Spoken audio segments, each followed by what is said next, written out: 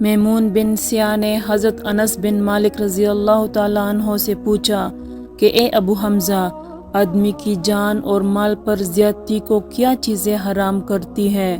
تو انہوں نے فرمایا کہ جس نے گواہی دی کہ اللہ کے سوا کوئی معبود نہیں اور ہمارے قبلے کی طرف منہ کیا اور ہماری نماز کی طرح نماز پڑھی اور ہمارے ذبیحہ کو کھایا تو وہ مسلمان ہے۔ پھر اس کے وہی حقوق ہے جو عام مسلمانوں کے ہیں، اور اس کی وہی ذمہ داریاں ہیں جو عام مسلمانوں پر ہے۔ اور ابن ابی مریم نے کہا ہمیں یحییٰ بن ایوب نے خبر دی، انہوں نے کہا ہم سے حمید نے حدیث بیان کی، انہوں نے کہا ہم سے انس بن مالک رضی اللہ عنہ نے نبی کریم صلی اللہ علیہ وسلم سے نقل کر کے حدیث بیان کی۔